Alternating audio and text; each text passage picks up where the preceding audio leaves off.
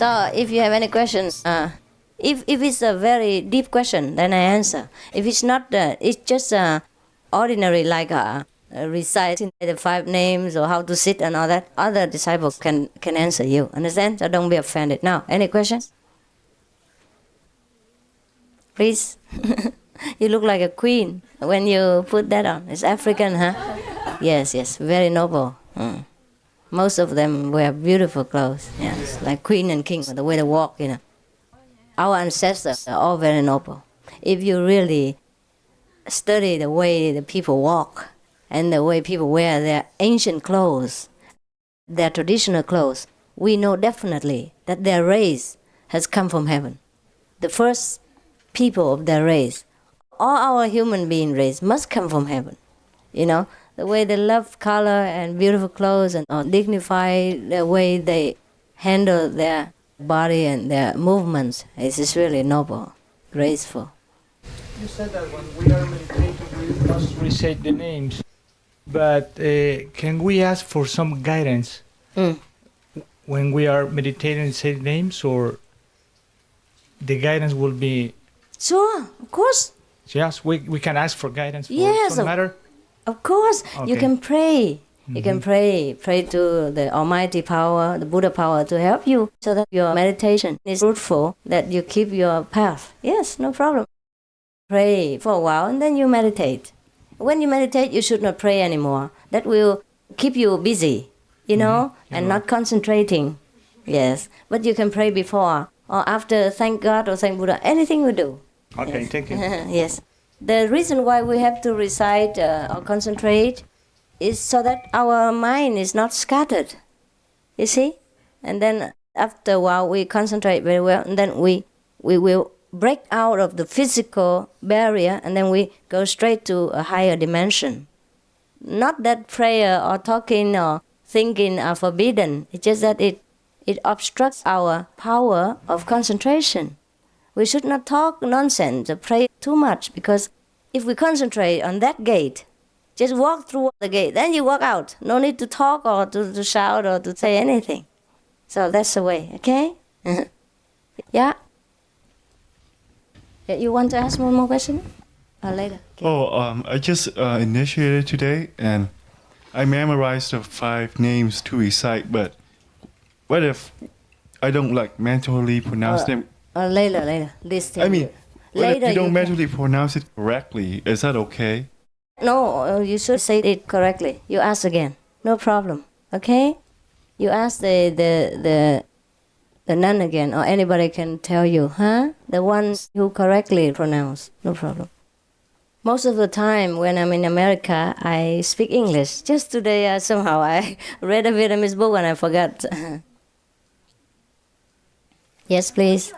Please. I'm going to ask you, is when you died and your spirit go to the hell, is coming by itself with the mind, or with the spirit alone? The soul. A soul, right? Yeah. Both.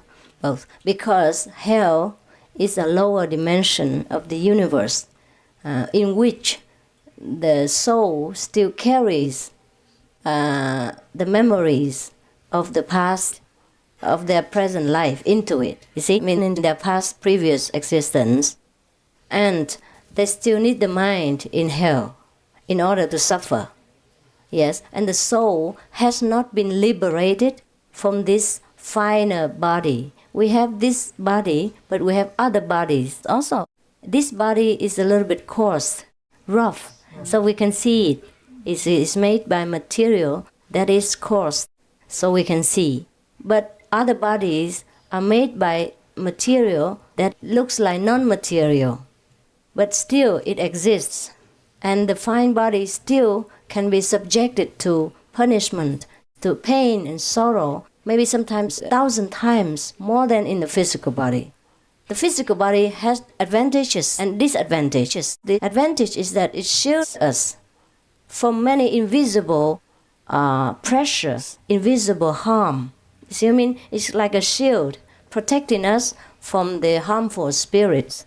That's why many people don't see the ghost or the devil or things like that, because we are protected by the physical instrument. of the body. Now, after we lose this physical instrument, if our soul has not been liberated from the different level of bodies, from the different materials, finer bodies, then the soul is still trapped inside. Just one less body only. Just like the house has many doors, the prison has about 7-10 doors. If you walk out of one door, it doesn't mean you're free. You're still subjected to any kind of trouble within that camp, within that prison, or outside of that gate, but still inside of the prison, still has all kinds of punishment. You see? And even worse. Therefore, when you lose this physical body, you have no more protection from this invisible influence. Therefore, hell can punish you. The devil can torment you. And there's no more protection. And then also, you can feel the emotion and pain 1,000 times more intensively. Because, for example, now you have the physical body. It filters a lot of things, like filters bad spirit influences and things like that. But also it filters the good things. For example, the angels come here or the Buddha appear here, you don't know. Yes, so there's an advantage and disadvantage. But after you leave the physical body, you will see there is no more filtering screen. So you see other ghosts and other devils or other spirits who will torment you or harass you, or then you can feel the suffering of the living people as well, of your relatives and friends who really love you and cry over you and suffer over you. But you cannot comfort them because you don't have the physical instrument to work with. Yes, but you feel their suffering intensely. Therefore, it's more suffering for you. You know their mind. You can see their emotions clearly. Yes, before you didn't know. For example, you sit in front of me. If I'm very sad inside, if I show it, then you know. If I don't show it, you don't know. But after you leave the physical instrument, you know even if I don't show it. Yeah. You know what I mean? Because you can see through. So the suffering you can feel many folds from different directions, different sources. Therefore, I tell you, the physical body has an advantage and disadvantage. So now, if we meditate with the method that I teach you after I have helped you to open your own power, then you go above all these physical and invisible bodies. Therefore, you're free. Yeah, and you don't feel the suffering anymore. Please. So that means that.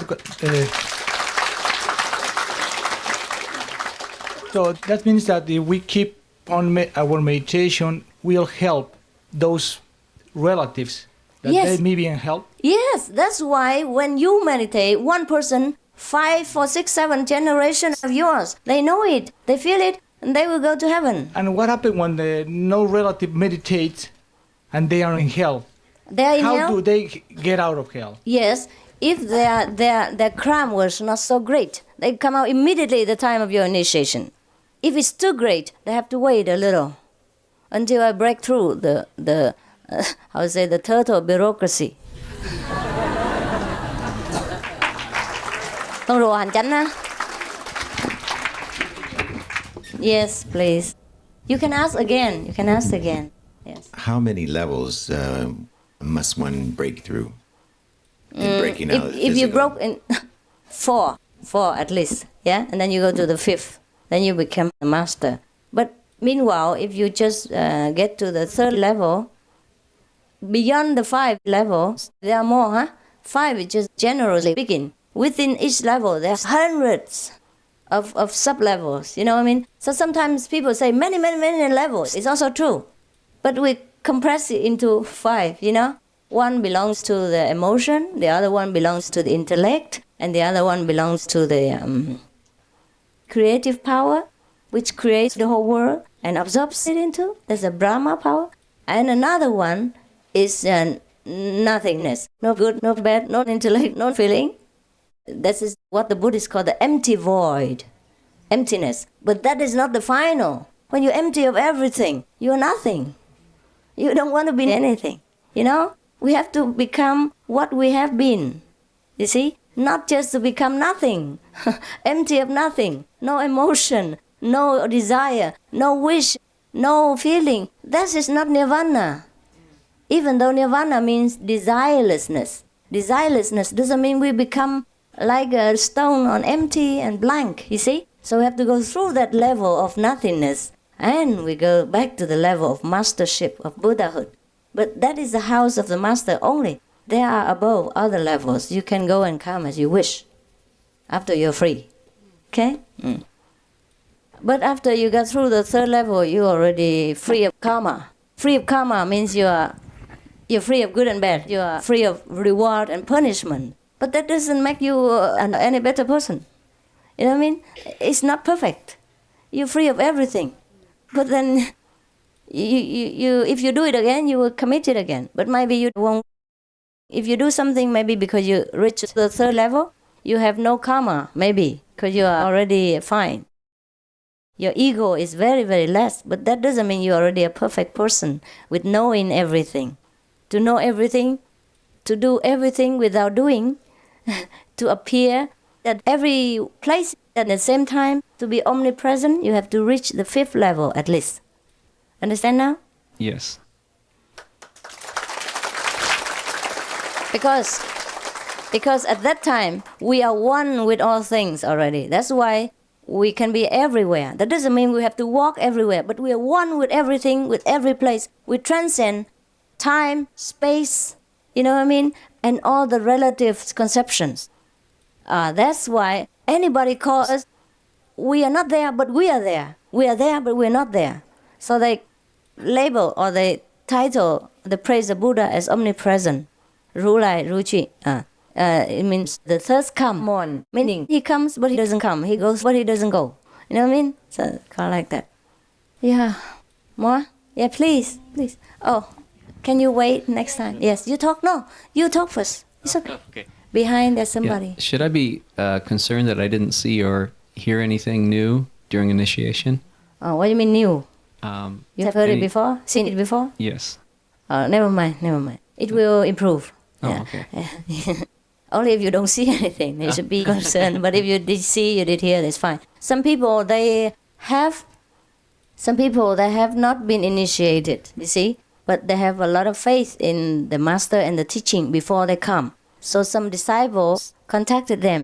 But due to contacting with the disciples and believing in the master, they already have an enlightenment experience. So maybe when they finally come officially for initiation, they don't see new things because the level is still there. The master already blessed them before they come. So no need to bless anew. So your level already like this, you see? And you're coming, going, go. Huh? No need to worry. Some people at the time of initiation, they have better experiences. Just because the level happens now, it's the time to turn. See? All right? Please, don't worry. You're okay.